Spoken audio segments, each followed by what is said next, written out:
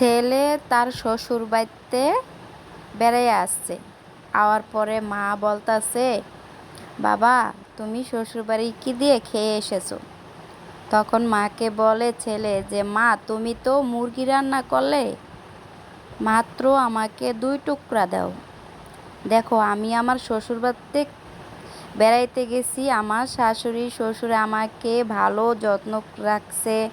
আমাকে জানো না, একটা মুরগি, আস্ত মুরগি আমাকে রান্না করে দিয়েছে, খাসি রান্না করে দিয়েছে, অনেক ভালো ভালো রান্না করে দিয়েছে। আমি সেটা খাইছি। আমাকে খুবই আদর যত্ন, অনেক ভালোবাসা তারা দিছে। দেখো মা, তুমি তো আমাকে বাসায় শুধু 2 টুকরো মুরগি রানলে 2 টুকরো দাও, তবে আমি আমার শ্বশুরবাড়িতে ভালো খাবার খেয়ে এসেছি, ভালো আপন, ভালো ভালোবাসা পেয়েছি তাদের কাছে, কিন্তু সেটা তোমাদের কাছে আমি পাইনি।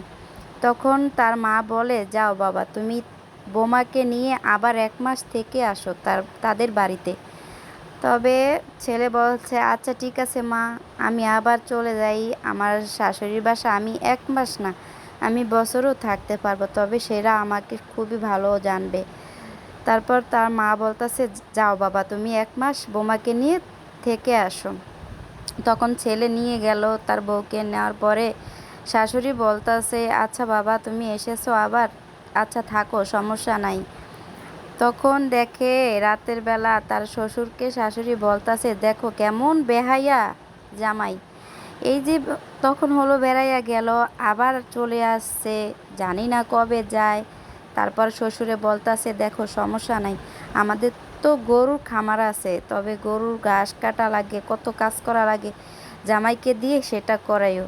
তখন পরের দিন বলতাছে যে, শাশুড়ি মা আমার তো ভালো লাগতেছে না এরকম বসে বসে খেতে। তখন শাশুড়ি বলতেছে, দেখো আমাদের গরুর খামার আছে, গরুর খামারে যে কিছু যে ঘাস কাটা লাগবে, কাছে নিয়ে কিছু ঘাস কেটে নিয়ে আসো। তখন নিয়ে আসছে, তখন কাজ করতেছে, অনেক কাজ করতেছে।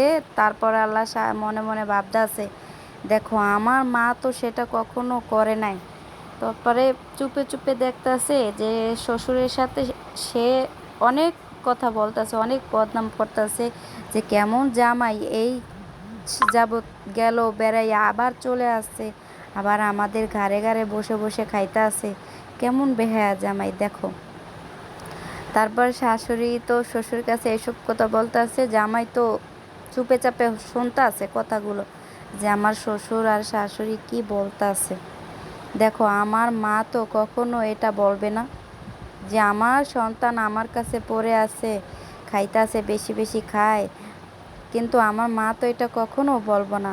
অথচ দেখো আমি ঠিকই চলে আসি আমার মাকে কষ্ট দিয়ে, কিন্তু আমার শাশুড়ি আমাকে চুপে চাপে কত কথা বলে, মা সেটা কখনো বলবে না।